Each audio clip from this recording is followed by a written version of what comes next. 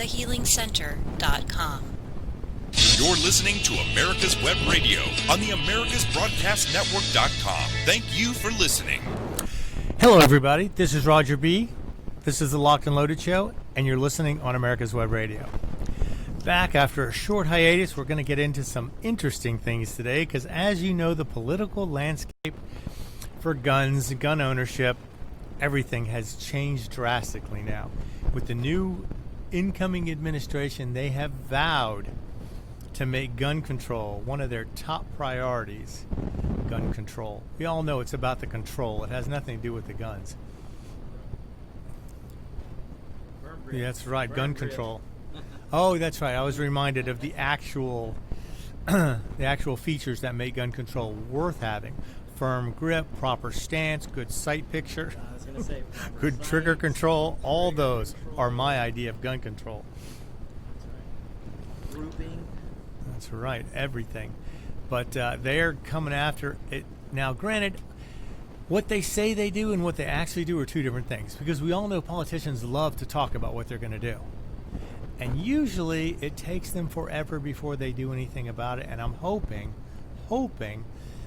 that this administration is going to get tied up with COVID stuff, some international interests, something's going to happen to, maybe they're going to deal with the violence in the states right now, in the Capitol, and work on stuff like that, and not have as much time to deal with their pet peeve of the gun issue. Because obviously the Constitution means nothing to them. They don't respect it. They don't believe shall not be infringed means anything to them. They just think they can get away with whatever they can do. The Democrats don't understand shall not be infringed. No, they don't care either. And apparently with speech now, free speech is no longer available. I mean, if somebody labels it as hate speech, then it's not free speech. Granted, there was a philosopher who once said, I may disagree with everything you say, but I will fight to the death for your right to say it. Yeah. So you can say whatever you like, but whether you agree or disagree, you have to be able to have open discourse. In this country, there is no department of everybody agrees, or department of don't hurt your feelings. The whole country was designed on disagreements or disagreements and compromise. Well, the whole thing about this country is you cannot have a free republic like we have if there isn't free speech. Right. Just as you can't can't public discourse. Yeah, right. Just as you can't have socialism and a middle class, you cannot have a free country and not free speech. So this is why the Democrats oppose free speech so much, because they don't want a free republic. They want people subjugated. And that's where the guns come in. I mean, that's the only way. If they end up trying to take all the guns away, well, I think if they try, they're going to try. I'm not saying they're going to. They're going to try. Now this was interesting. There's a New York socialite. This was back at the end of December last year. But in order to reduce violent crimes, she started a gun buyback program. And what does this gun buyback program? This is for kids. Now you may wonder, what are kids doing with guns? Well, apparently, this socialite decided to buy back toy guns from kids and trade them for less provocative alternatives. If I had a kid, and Roger, let me suggest this to you, because since you've got two kids that you're hanging out with on occasion. If you can find somebody like that, teach them good business. Have them go to this lady and offer to buy all the toy guns for a penny on the dollar. And resell them. And then we'll resell them. So they had about 100 toy guns were swapped out for the less provocative alternatives during the Long Island Toy Gun Exchange Program. Of course, it was New York. Of course it was New York. We got a good listener out there by the name of Cousin Mark. Mark the Shark. Mark, if you're out there listening, please go make an offer on these guns. Roger and I will invest, and we will resell them. Yes. What their idea was, we don't want a police officer to mistake a toy gun for a real gun. Guns are for Then adults. don't They're not point for it little at an kids. officer. Right. That would be the first thing is learn, even with a toy gun, learn respect for what you're dealing with. You know, Roger, Kids have to learn from a young age to respect things, everything. which is where I was going with this, Roger. Let's look back at when we were growing up. Not only did we have, we didn't have Nerf guns, we had BB guns. That's right. And we used them, and we chased each other, and we had wars, and we not one time, Roger, did I ever point it at an officer. Or would you have ever thought and to? I wouldn't have thought to, because when I left the house, there were two things my parents said: don't shoot your eye out, and don't be pointing that thing at somebody that you're not going to shoot. Right. That was good lessons from my parents. But it's just, kids need, it's just like you don't give your kid a circular saw for a birthday present. But you give him a toy circular saw so he learns. He kind of gets the idea of things, and then later on he can realize. Well, that's part of learning and teaching critical thinking that the Right, government's trying to exactly. remove, because So, without critical thought, Give you the become kids a subject. toy guns to learn, and that's what they learn. Don't point the gun at somebody, even if you're mad. You don't, don't break the Never. rules of gun safety, even with a toy gun. It's like the rules of robotics. There are rules to guns, and Yeah, there's rules to everything. we learn when we grow up. If you allow kids to be kids, and yes, I'm going to say it, allow boys to be boys and girls to be girls. Oh my goodness, we can't have that. There has to be gender blurring somewhere. Boy, Media Matters is going to blast me for that one. Yeah, but this was just funny. It's just they got 100 toy guns that they bought back, and for the less provocative alternative. So I just wonder, I wonder what they were getting. Maybe blocks or something. I don't know. Maybe they were getting some kind of free speech kit or something. Yeah. But so that's something, just in case, if you're a kid and you don't want your guns anymore. Apparently, there are people in the country who sponsored buyback programs for your toy guns. Not something that I think most kids would be willing to give up, especially the boys. Not to say girls can't play with toy guns also. Oh, hey. That's entirely... Hey, I used to play Cowboys and Indians, and my sister tied me to a tree because she was the Indian and I was the cowboy, and my guns didn't stop her from... Let me tell you, this is, she tied me to a tree and left me there for... My mother found me because she came home and goes, "Where's your brother?" And, "Oh, what?" And I was outside tied to a tree. And that was Cowboys and Indians. That was a... Yeah, I didn't get loose until my mother made her untie me. That's the bad part about Your sister ties good knots. I could have been traumatized. But you learned the gun didn't make all the difference in that case. In that case, the Once she Indian captured won you. that battle because That's right. she was the Indian. I was a cowboy. Man, I had I had two guns. Yeah. And I still got tied to a tree. Okay, well, let's go to New York one more time. Okay. Enough. New York. Yeah, that's enough. When you apply to purchase a handgun, this is just purchase. Just to be able to purchase a handgun in New York, you have to have a permit. Generally speaking, from what I've seen, it's about a 60-page application, costs $300 Yes. to start the processing. And that's you've got to have a permit in New York to access your God-given right in the United States Constitution.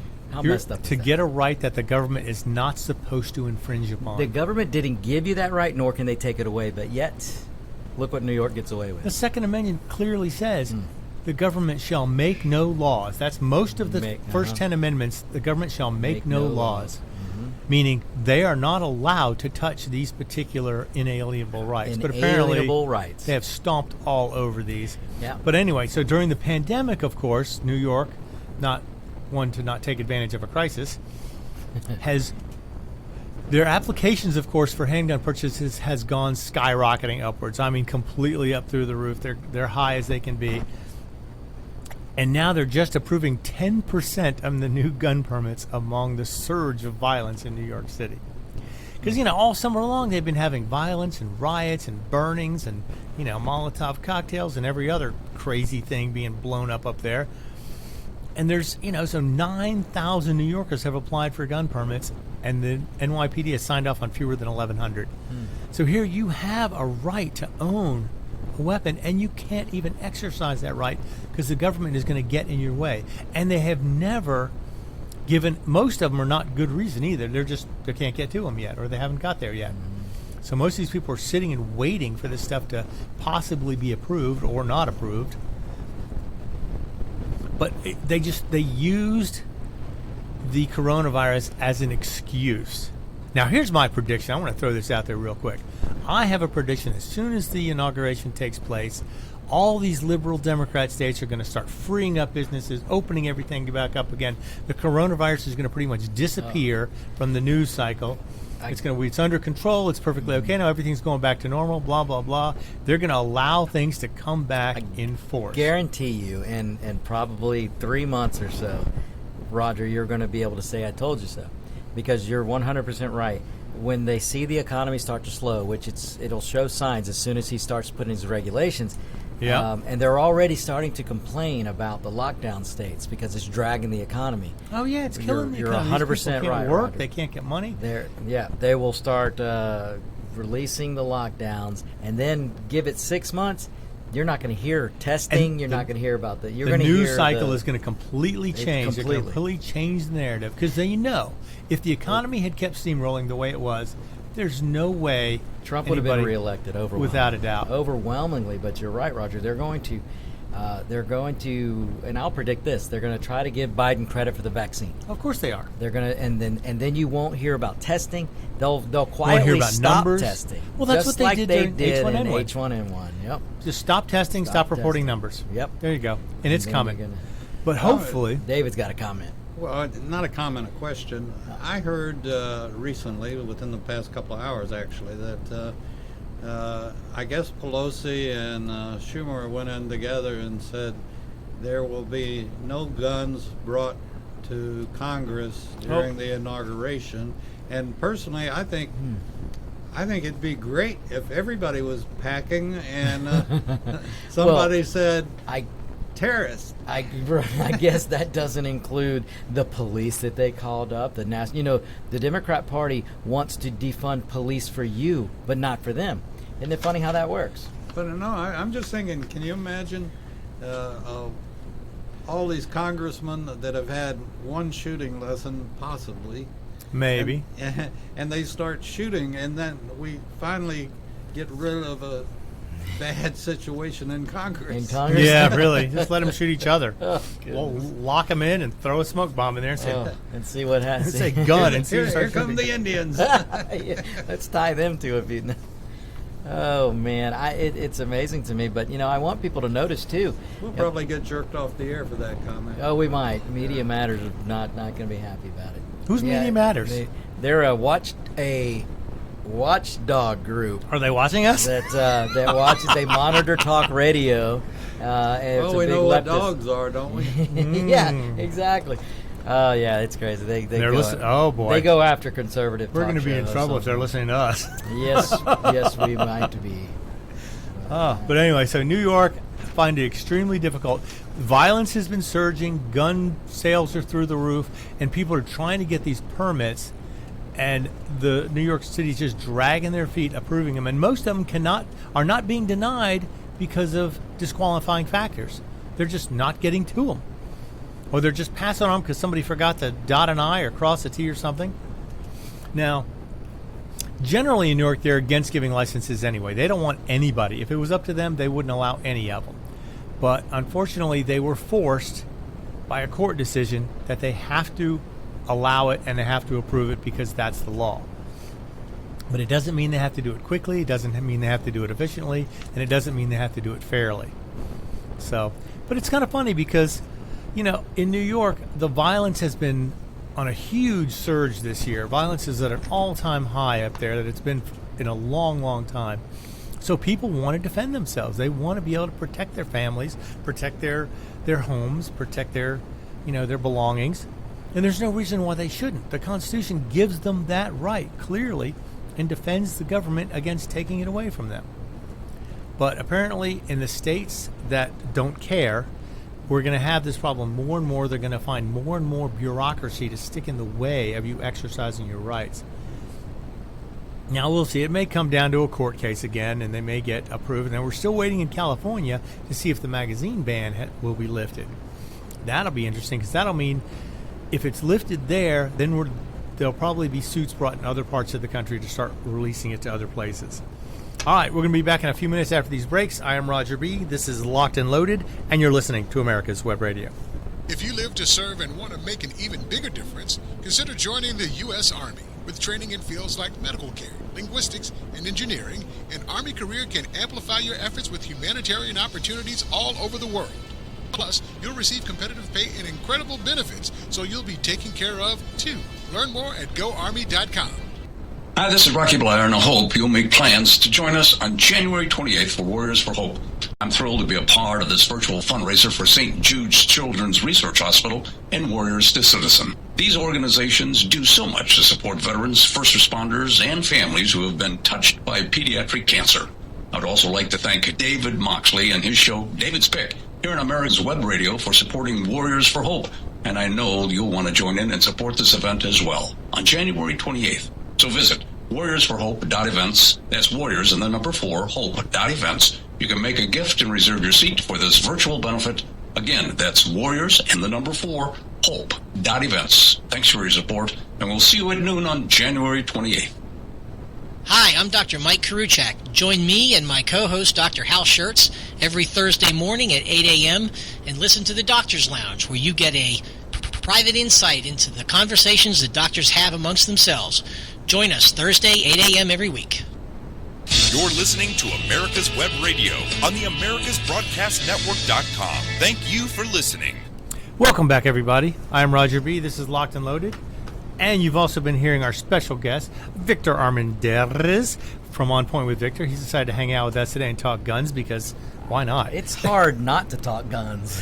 I know, with what's going on today. Oh, man. Can I deter you for just a moment? Sure. We have a listener. We have a listener? All right. At least one, because she asked a question. This is a female listener who decided that she wants to partake in the gun carry. So she's getting her carry permit, and she's a good question. She really wants. So if you could deter a moment, Roger, because I told her I'd talk to the expert in the walking encyclopedia of guns, which is you. Oh, I didn't know he was here today. Yeah, that's right. I'll do the best I can. She wants to know a couple of things. Okay. She wants a carry gun. She wants to know what you recommend. And keep in mind, she's a female, but she's a capable female. Right. She wants to go shooting. She wants to do the training and do all that good stuff. But not only does she want a carry piece, she wants something of an AR variety for her home. But she wants a rifle as well. Exactly. Yeah, So her AR-15. question is AR-15 or with the Israeli, what's it called? The Tavor. AR-15 is a probably better choice. It's more economical. Accessories are more easily had for it. And it's very easy to make modifications if you want to. She also was asking about the SIG. The SIG, the SIG MCX. Yes. SIG MCX is an excellent weapon as well. Similar controls to the AR. It, however, uses a different recoil system, which allows it to have a folding stock and still fire from the folded position. But again, you're talking it's a great gun. They had issues with the early ones. There were recalls on the bolt carriers of the very first one, so make sure you get one that's had After the recall what work year? done. I want to say that was probably 2012, 13, 14, something right around there. And then they fixed them, and they're still fixing them. If you find one that's bad, they'll still pay for it. Yeah, Oh, great. they'll still replace it or repair it because it was a flaw. So the advice is, if you want to, the SIG is a great choice. The SIG's a great AR-15 is choice. always a good choice.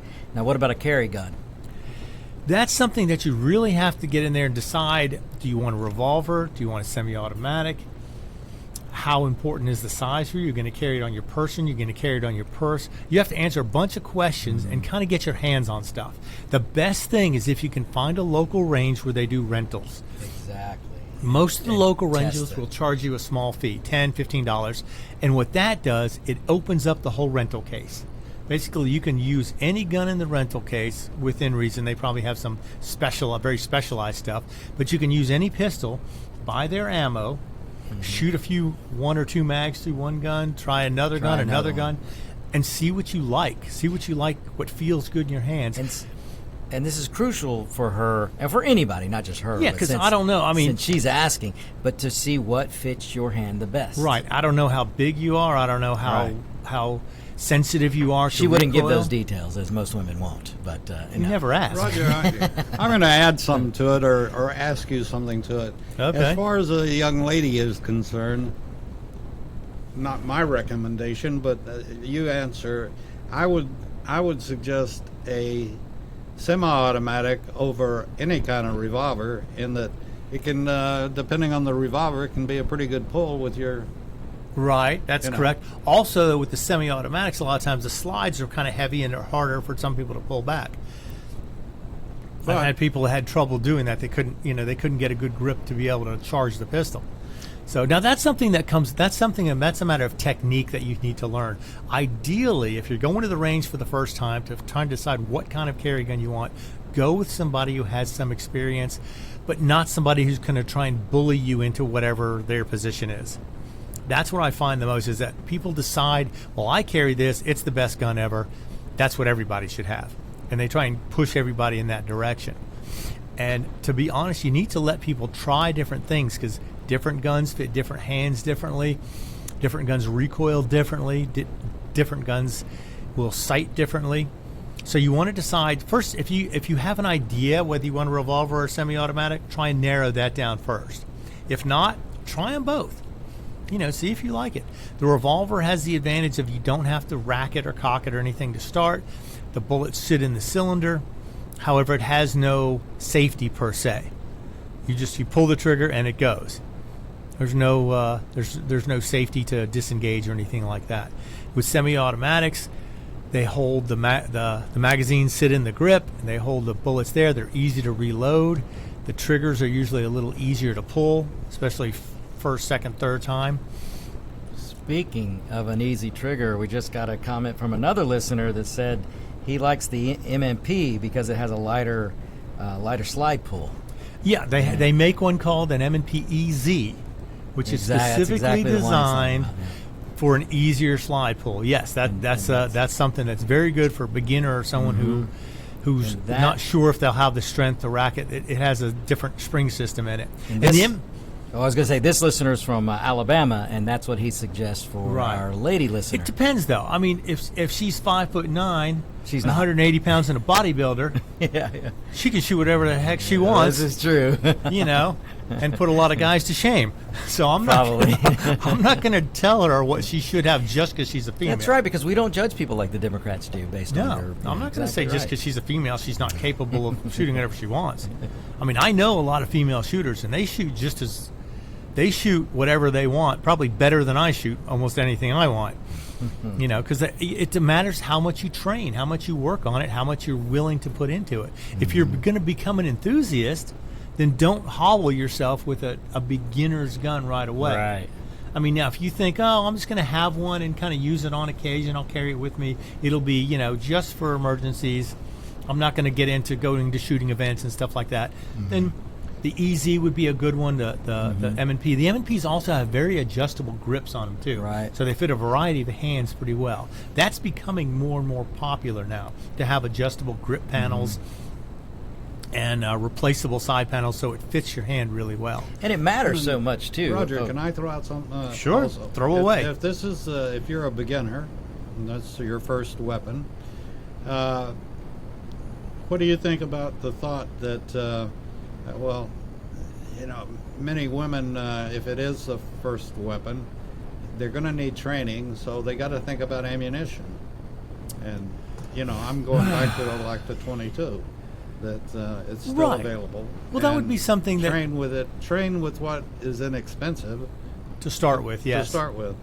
Well, you want to learn the techniques on something that's not going to have that same recoil. Ideally, start with a 22 pistol of some sort.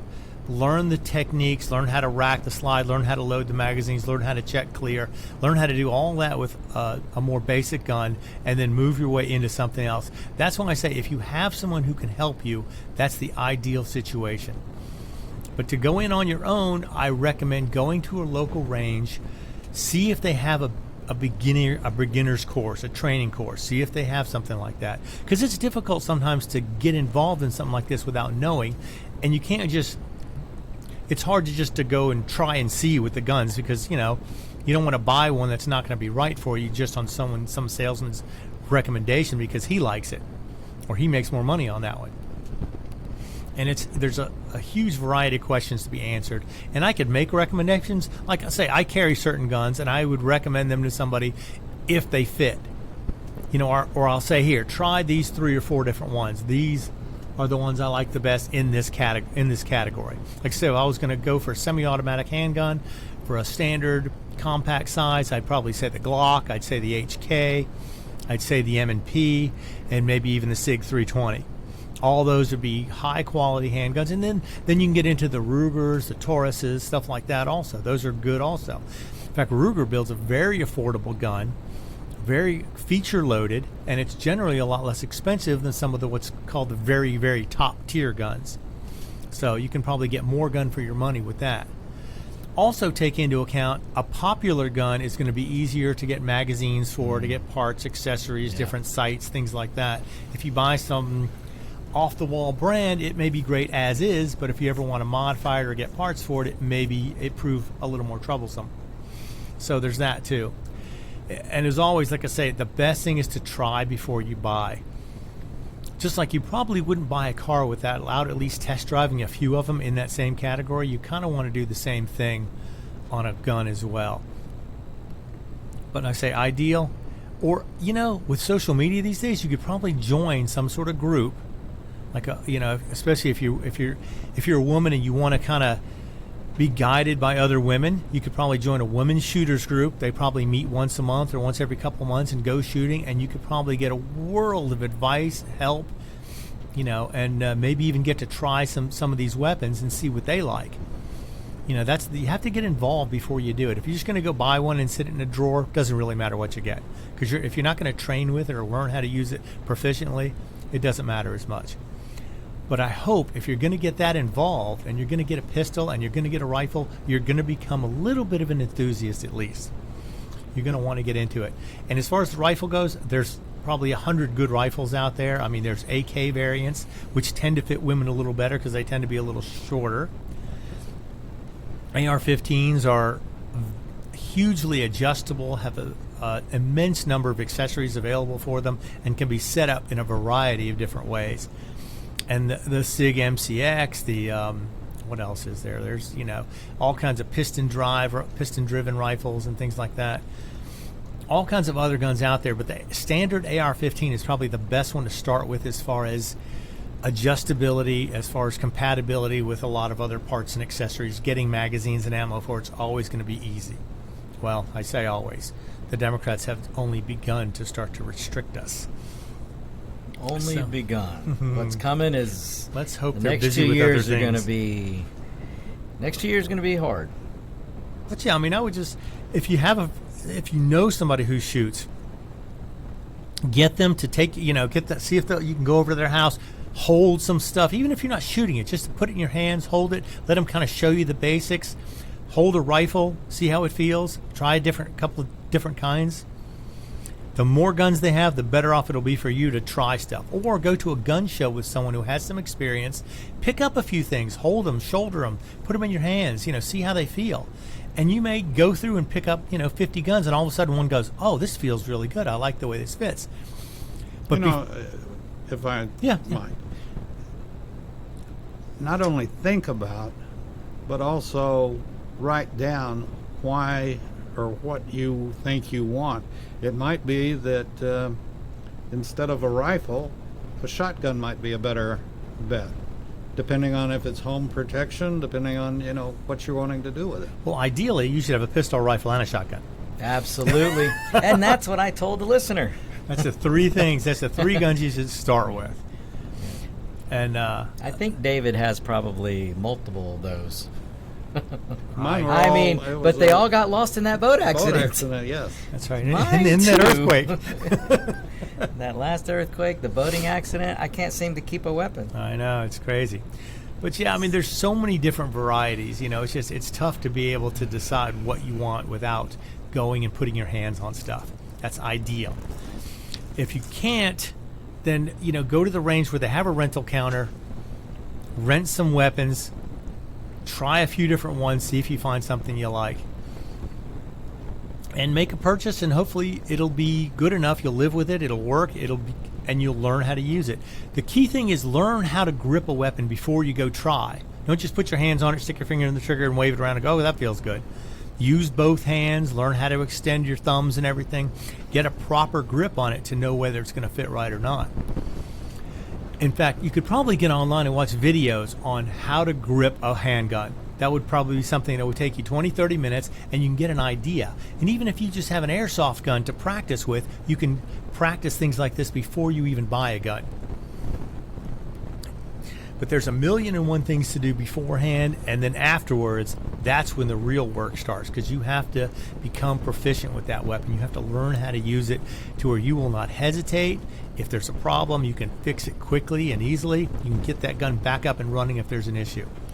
Yeah, and as important as that, or along with that, is how you're going to carry it. If you're going to carry it in a purse, there are purses that are designed for carry purses. Absolutely. And the size of the gun is not going to matter as much in a purse as it will on your person. But if you're going to carry it in your purse, you don't need to put 4 pounds of other stuff on top of it.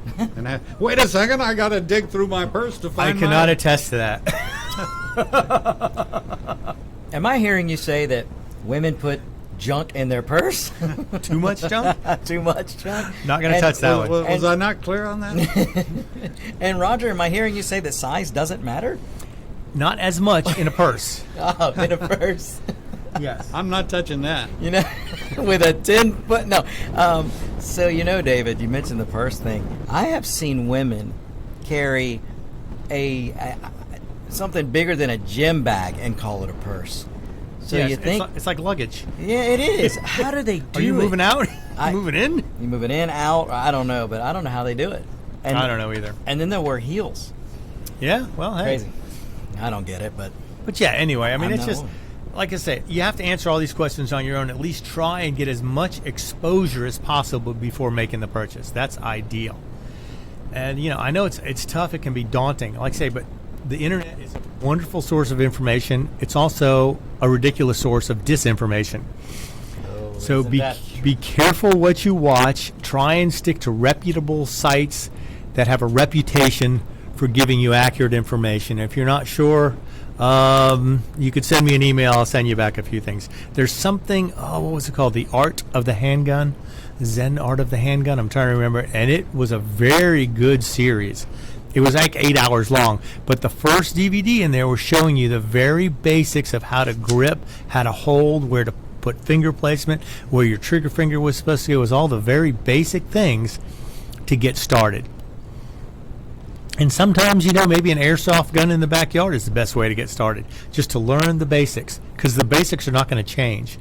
Your grip, your stance, your sight picture are all going to be the same, whether it's an airsoft gun, a BB gun, or a .44 Magnum. All those things always apply.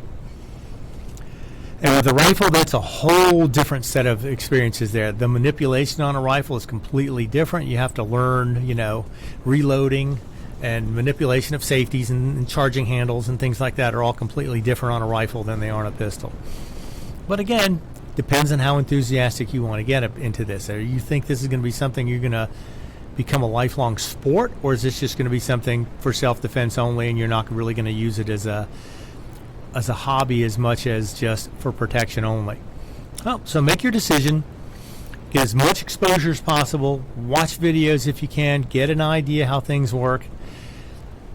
Then go out there and try and do some shooting. Ideally, go to the range with somebody who's experienced, open the rental counter up for a few bucks, and shoot a variety of handguns. And beware of the person who tries to tell you what you need without knowing anything about you. Or even if they know you, you need this kind of gun. How do you know? If they do that, run away. Yeah, that's not what you want to do. You want to get somebody who's going to give you a variety or show you a bunch of things. Put your hands on them. See how it feels. Anyway, I could get into that for hours, but we're not going to do that now. Right now, we're going to go back to D.C. Because why? Because why not? Why not? So, apparently, House Democrats are trying to enact a bill to ban lawmakers from carrying guns. Now, this has been a point of contention before because supposedly there has always been a ban on weapons in the Capitol building, other than by the police. However, they carved out an exemption for members of Congress. And now they're trying to remove this exemption. 50 years later, the House Democrats want to ban the carry of weapons by lawmakers, staff, visitors, any of these people who normally are exempt from the restrictions in the Capitol of carrying weapons. So, and there's a lot of Congress people who have come forth and said, I will carry, it's my right, I will do this every day. But now they want to try and stop this. So I don't know if this is going to go anywhere or not.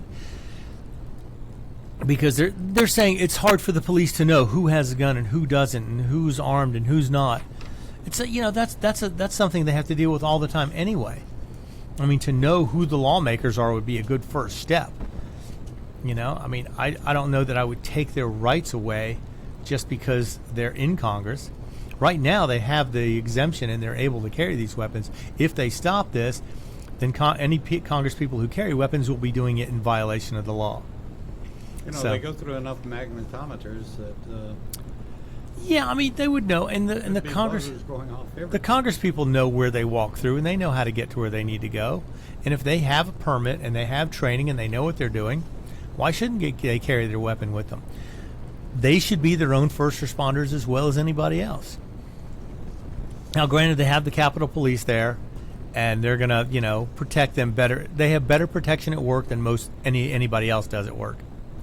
Although after last week when they raided the Capitol, they broke a window. I know, that was terrible. They shouldn't have done it. Trump told them not to, but they did it anyway. So they may start banning. Some Antifa people did it as well. Yeah, there was posing as Trump supporters. Yes, there was. It was a lot of political posturing going on that day. It was crazy. But I just wonder if now, after that has happened, that the Congress people are going to stand up and say, no, we're not giving up our rights. You're not taking our rights away just because you don't feel safe or you think the Capitol Police can do a better job protecting me than I can. So we'll have to wait and see how that pans out. But with the Democrats having control of both houses, it'd be easier for them to retract that law, even though it's 50 years old and they've had that exemption for that long. But now I want to get into some new guns. You figure with all this stuff going on that the gun industry has been exploding with demand. I mean, just finding almost any kind of gun now at a reasonable price has become a very difficult task indeed. Now there's stuff out there. There's plenty of guns out there, but they are a lot of them are at inflated prices. Some of them are at ridiculously inflated prices. But they're all higher than they were. And you figure this would discourage companies from coming out with new stuff because they're selling all the old stuff as fast as they can. Well, there's a company called Kel-Tec. Now, if you're familiar, Kel-Tec is a company that tends to be very innovative, very much on the edge of new designs and interesting designs. For instance, they brought out their dual tube feed pump action shotgun called the KSG in a bullpup design, which was revolutionary when it came out. Yeah, it is. It's an amazing weapon. They did a phenomenal job of putting that together. And if you've ever handled one, they're super short. They're very handy, and they function. They function great. It's awesome, and they deserve a shout out. What Kel-Tec did with that was awesome. Yep. That was something that they never when they brought it out, they thought, oh, it's just another pump action shotgun. Right. But boy, the public took to that like a duck to water. Boy, they love that gun. Like a kid to a donut, like a fat kid to a cupcake. Yep. And then they also have the PMR 30, which is a 30-round flush-fitting magazine in a pistol that holds 22 Magnum cartridges. And it's mostly all polymer except for the steel barrel and I think there's a steel slide insert. But they have this innovative way of thinking. And then they have the RFB, which is a semi-automatic 308 in a bullpup design that has the ejection port above the barrel. And it just dumps the shells out. So if you're a reloader, this is brilliant. You can just tip the thing forward and dump all the empty shells out. But they have a reputation for coming out with new and inventive stuff. Last year they had the CPM 33, which is a 33-round magazine that fits flush into a 22 long rifle pistol. Well, this year, Kel-Tec has decided to take on the 5.7 cartridge. And if you're familiar with this, the 5.7 is a 5.7 by 28 millimeter. It's a tiny little bottleneck cartridge that was designed by FN to work in something called a PS90, which was a compact bullpup design. that had an interesting magazine design to it, and it was meant to handle the 5.7 cartridge. And then they also brought out a pistol which had a 20-round flush-fitting magazine with the 5.7 cartridge. Now, there are extensions which can get you up to 30 rounds, but the flush-fitting 20-round magazines that came with the 5.7 pistol were outstanding, because here it is, a small bottleneck, virtually a rifle cartridge chambered in a pistol, and it still retains a good portion of the velocity that it has running in the rifle. So FN has really put some effort into promoting this cartridge. And just this past year, Ruger brought out a version, their 5.7 pistol. And it's still similar to the FN pistol in that it has a magazine that feeds from the bottom into the grip, standard slide pull. It's a standard looking pistol that fires the 5.7. Well, Kel-Tec decided, oh no, we're going to build a 5.7 pistol, but it's going to be nothing like anybody else's. So now this thing is big. It's huge. It's let's say 15 inches long. Yeah, 15 inches long, 3.25 pounds. Without being loaded. Now you're wondering, oh my gosh, what does this thing look like? How does it work? Well, first of all, it has Took the words right out of my mouth. It has no magazine that feeds into the grip. The gun opens up. The top of the gun opens up like a clamshell, and the magazine fits down into the gun, and then you close it back down. So the magazine is covered.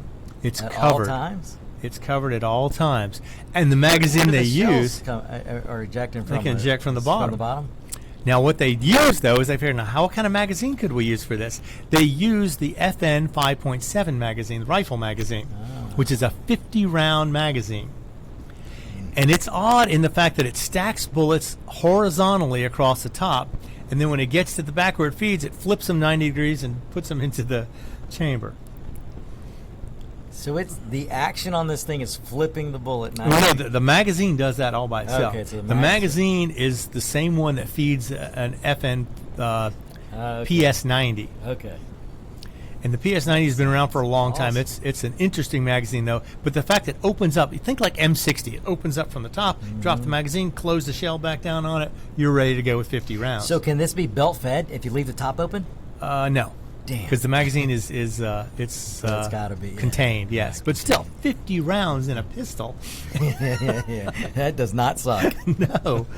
But like I say, it is big. It is a big pistol, but it's neat because it works with this FN magazine. And so these FN magazines are available and have been for years, so they're common. They're easy to get. And they're going to ship it with 2 of them anyway. Man, I got to see a picture of that. Yeah, I don't have a picture right now, but it is cool, and it's going to be MSRP at $9.95. Wow. Supposed to be shipping the first quarter of this year, so we'll have to see how that comes. But they just really went a whole different way with this thing. It is cool looking. If you can go to KelTecWeapons.com, you can go take a look at it, and they have people test firing it and such there. But you can get an idea. Now, the fact that it is so big, I think it would really lend itself to using a pistol brace, which apparently the ATF is now back down on their position on pistol braces, and now they're apparently legal again for the moment. So who knows? But the odd thing is, the way the gun is designed, it has a charging handle in the very back that charges. You put the magazine, close the clamshell down, you pull the charging handle back, so there's no... doesn't look like there's an easy way to attach any sort of pistol brace to this weapon. There is a sling swivel connector, I think, and it looks like it's in the back of the grip somewhere. Now, it might be able to be made into a non-rotating use to be able to attach something to it. But they said they're going to allow the aftermarket to try and come up with that. Because even at 15 inches, it's big, but it's not that big, especially if you can put a pistol brace on this thing and use it as a PDW. This would be an amazing weapon with 50-round magazines running a tiny little PDW like that. So you'll probably start seeing these already. You'll probably start seeing pictures and articles and stuff like this, but it is an amazing-looking gun. It almost looks like a space gun because it's so big and so odd-looking.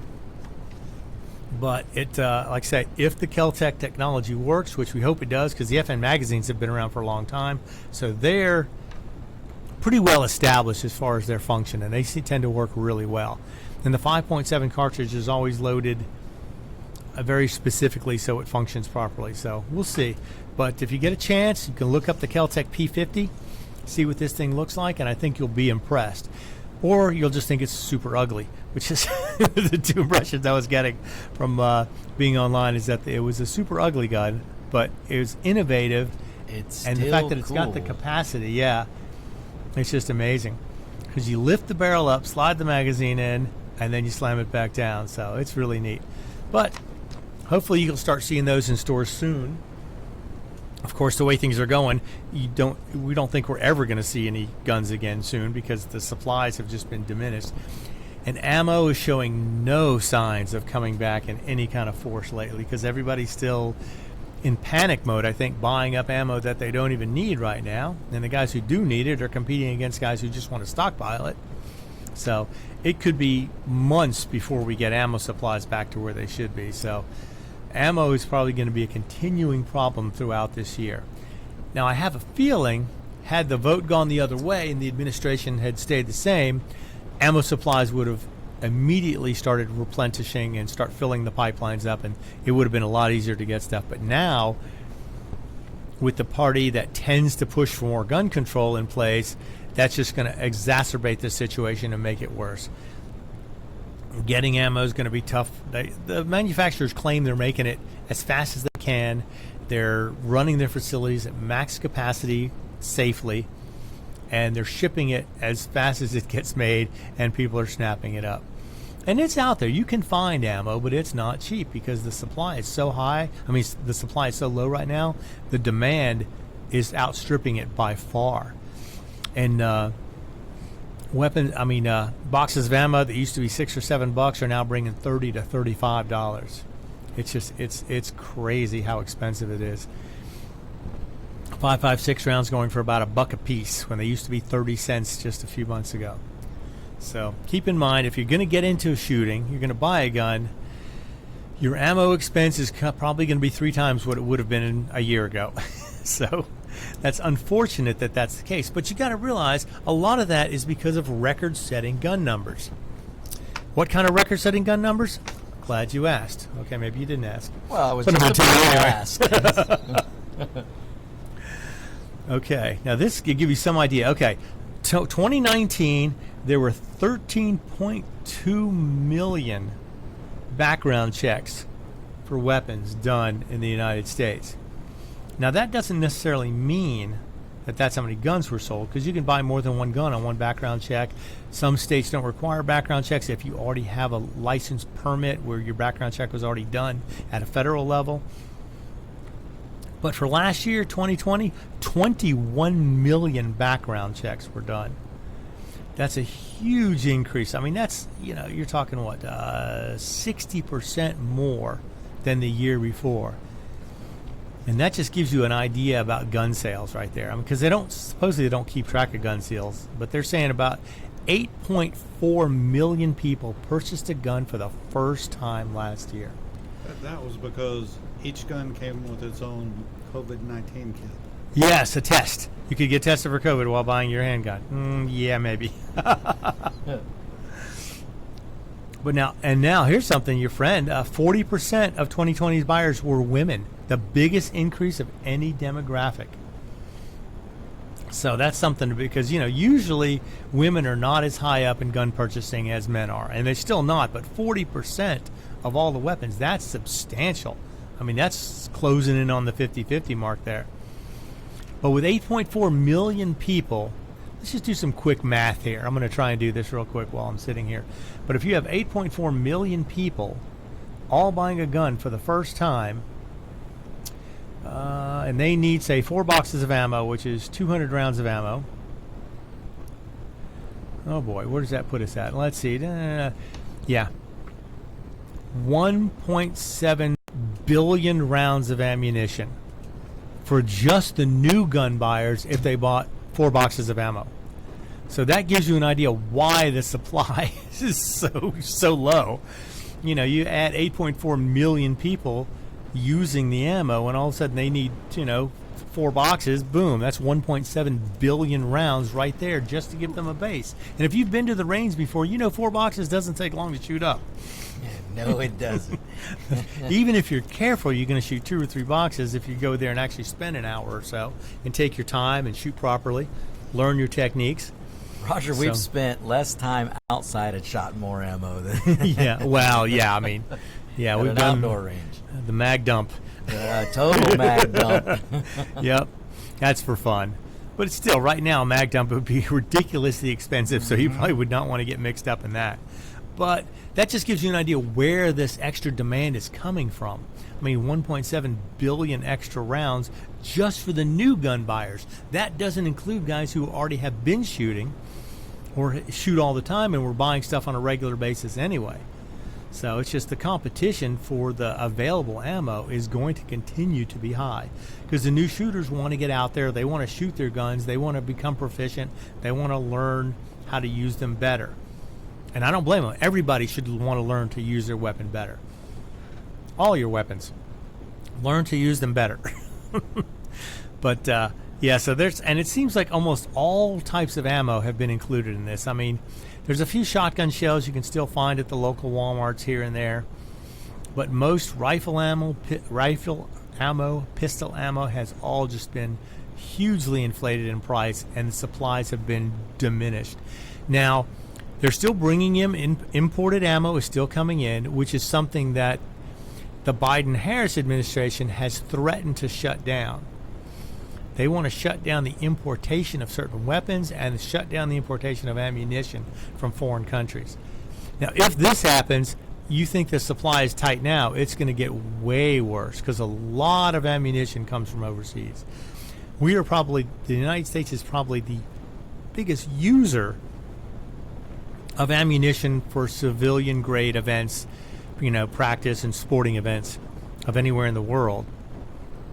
So if they shut down this source of ammo, that is going to be horrendous for the supply.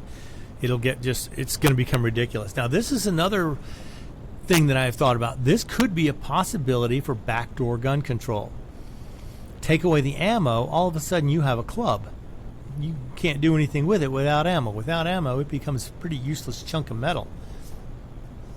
So, I mean, if you haven't been stocking up until now, it's going to be expensive. If we can't get ammo, then we're pretty much going to have to be reserved to Palestinian ammo. Yeah. So if you can go out, if you've got a good piece of property and you've got some good rocks, start putting them in Slingshots. bags because that You're gonna need Palestinian 'em. ammo might be worth a lot of money. Yeah.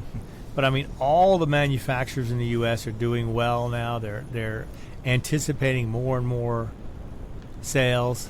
So, that's something to consider.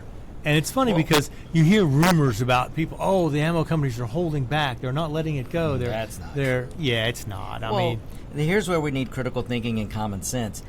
Why would a company that makes their business is ammo, they're selling ammo, why would they stop? what and would be the hoard? point? I mean, yeah. Exactly. But like I said, we just did the numbers on it, and 1.7 billion rounds of ammo just for the new shooters.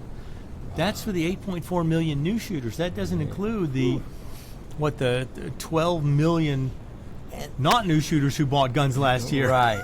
Roger and Victor, I know this wasn't in your game plan today, but I wanted to ask, what's your feeling on the fact that the NRA had to file bankruptcy? I don't know. I wonder if they did it just so they would be able to move easily. I hope. That's what Yeah. I think. I'm hoping it was Yeah. a strategic move, business-wise, to be able to get out of New York. Because Their, New York is killing them up there, I'm sure, in taxes, and they hate them too. their mistake was staying in New York. That's where As long as they did, yeah. They incorporated there, but the vitriol that comes out of New York towards guns, the NRA should have switched their corporation long ago.